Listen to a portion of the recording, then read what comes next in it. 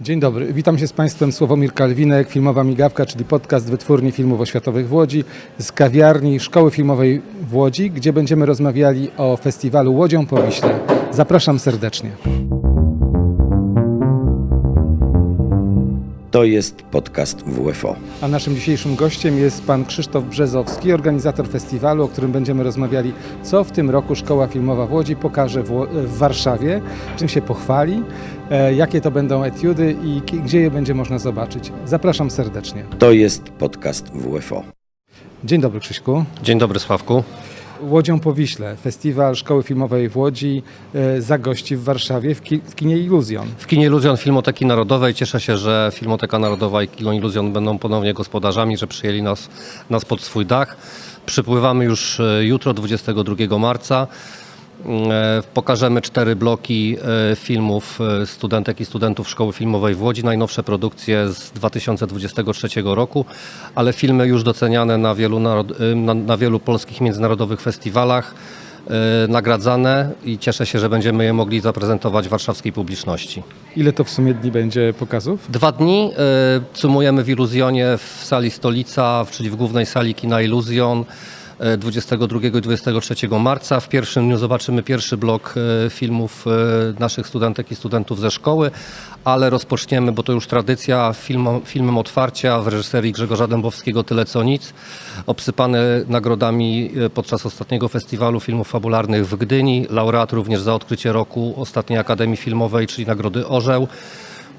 To jest tradycja, bo Grzegorz jest naszym absolwentem i cieszymy się, że będziemy mogli zaprezentować i rozpocząć w ogóle Łodzią po Wiśle akurat od jego debiutu fabularnego. Zresztą jego etiudy fabularne też były i dokumentalne były wcześniej prezentowane na poprzednich edycjach Łodzią po Wiśle. Szczególnie polecam Państwu etiudę 38,5, którą zrealizował w pracowni, którą ja prowadzę. I akurat muszę powiedzieć, że to jest wyjątkowy film, można go znaleźć na stronie filmpolski.pl. Polecam serdecznie, to jest wyjątkowy film. Tu Sławek trochę zdradza niespodziankę, akurat nie pokażemy filmu dokumentalnego Grześka Szkolnego, ale przed Tyle co nic zaprezentujemy jego etiudę fabularną, którą zrealizował podczas 3. roku studiów z życia strachów polnych. To nie tylko ten film będzie pokazywany. Jako pokazy specjalne, tak. W sumie 4 bloki naszych etiud. Jeden w piątek 22 marca, 3 w sobotę od 13. Ale te 3 bloki sobotnie przedzielimy jeszcze pokazami specjalnymi z akcentami związanymi również mocno ze Szkołą Filmową w Łodzi. Najpierw zaprezentujemy esej fabularny, który powstał w pracowni eseju filmowego Laboratorium Narracji Wizualnych działającego przy szkole. To będzie film Room 404 w reżyserii Alicji Wendy i Li Wei-xianga, który był prezentowany podczas tegorocznego Berlinale w sekcji Forum Expanded.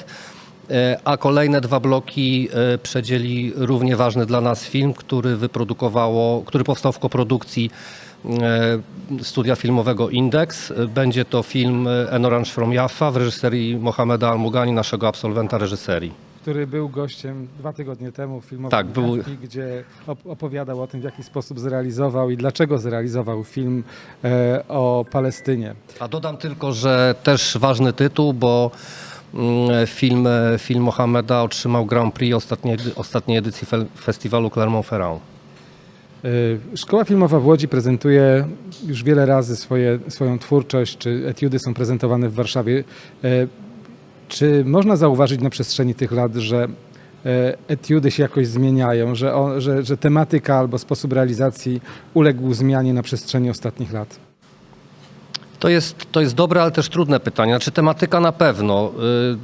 Jest nowe pokolenie twórców, młodych twórców kina w szkole, które porusza inne tematy, które ich nurtują i ciekawią, inne niż w poprzednich latach. Też proszę pamiętać, że mieliśmy dość długą przerwę, jeśli chodzi o Łodzią po Wiśle spowodowaną pandemią i nie tylko.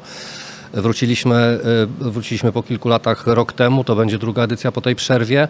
Ja obserwuję tę zmianę, ale też o tej zmianie mówi choćby line-up tegorocznej edycji przeglądu. bo bardzo dużo będzie filmów animowanych.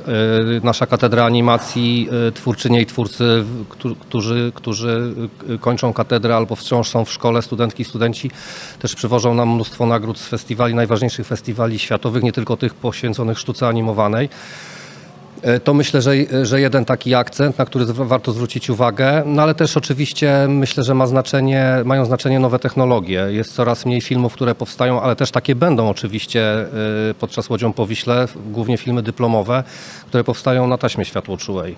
W erze digitalu dużo filmów powstaje, już to abstrahując od animacji, mówimy tutaj o filmach fabularnych i dokumentalnych.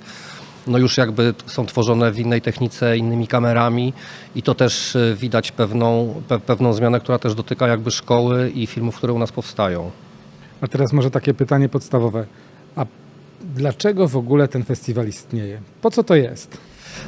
No ideą te już prawie 20, chyba ponad 20 lat temu, bo to jest 17. edycja, ale festiwal zrodził się w głowie Andrzeja Melina, obecnego szefa Katedry Scenariopisarstwa 20 lat temu.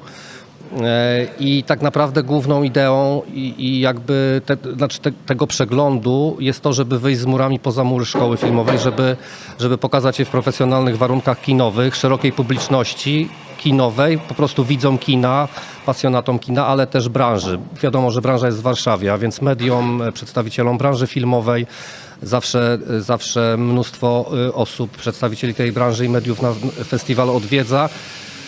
Czyli mówię, no nie chodzi o to, żeby te filmy pokazywać tylko u nas w szkole na egzaminach, tylko te, które też potem gdzieś wychodzą w świat i zdobywają najważniejsze laury najważniejszych festiwali, żeby po prostu je pokazać szerokiemu odbiorcy w profesjonalnych warunkach w kinie w Warszawie. I to jest po prostu, krótko mówiąc, najlepsza chyba promocja i wizytówka dla studentów, przyszłych twórców polskiego, nie tylko, mam nadzieję, kina, przez właśnie pryzmat pokazywania ich filmów, tych, które realizują w szkole. Ja też odbieram ten festiwal jako pewnego rodzaju demonstrację siły, bo Szkoła Filmowa w Łodzi to jest wielkie studio filmowe, które realizuje bardzo dużą liczbę filmów i można bardzo powiedzieć, dużym domem produkcyjnym. tak, i tak naprawdę my do końca nie wiemy, co zostało wyprodukowane w ostatnim roku, a ten festiwal pozwala się zorientować, prawda? Tak, a powiem tylko, że w tych 4 blokach pokażemy, to jest w ogóle niepełna jakby nasza reprezentacja, bo tak naprawdę to będzie 30 filmów w tych 4 blokach, a w szkole przecież w sumie w ciągu roku akademickiego, o czym doskonale, Sławku, wiesz, powstaje blisko 300 projektów filmowych, nie tylko etiud, ale też ćwiczeń, warsztatów i tak dalej, więc faktycznie jesteśmy chyba największym domem produkcyjnym w tym kraju. Jeśli mielibyśmy, nie wiem, metraż filmów, które powstają w szkole, nie wiem, porównując to do innych dużych nawet domów produkcyjnych w Polsce. I tak jak wspomniałeś, no jest to demonstracja siły. Ja nawet uknąłem taki zwrot, że przypływamy co roku do Warszawy naszym flagowym okrętem. Zapraszam Państwa serdecznie na właśnie to spotkanie z flagowym okrętem Szkoły Filmowej w Łodzi. Łodzią po Wiśle. Łodzią po Wiśle. Dziękuję Ci, Krzyśku, za spotkanie. Dziękuję bardzo. To był podcast Filmowa Migawka. A naszym gościem dzisiejszej filmowej migawki był pan Krzysztof Brzezowski, organizator festiwalu Łodzią po Wiśle, organizator festiwalu, za pomocą którego warszawiacy, ale nie tylko, mogą zapoznać się z twórczością przygotowaną przez studentów Szkoły Filmowej w Łodzi. Zapraszam serdecznie w najbliższy piątek i sobotę do kina Iluzjon i kina Iluzjon. Tak. Stolica Kina Iluzjon w Warszawie. Dziękuję serdecznie, do usłyszenia i do zobaczenia. Sławomir Kalwinek, Filmowa Migawka. Żegnam się z Państwem do następnego podcastu. To był podcast Filmowa Migawka.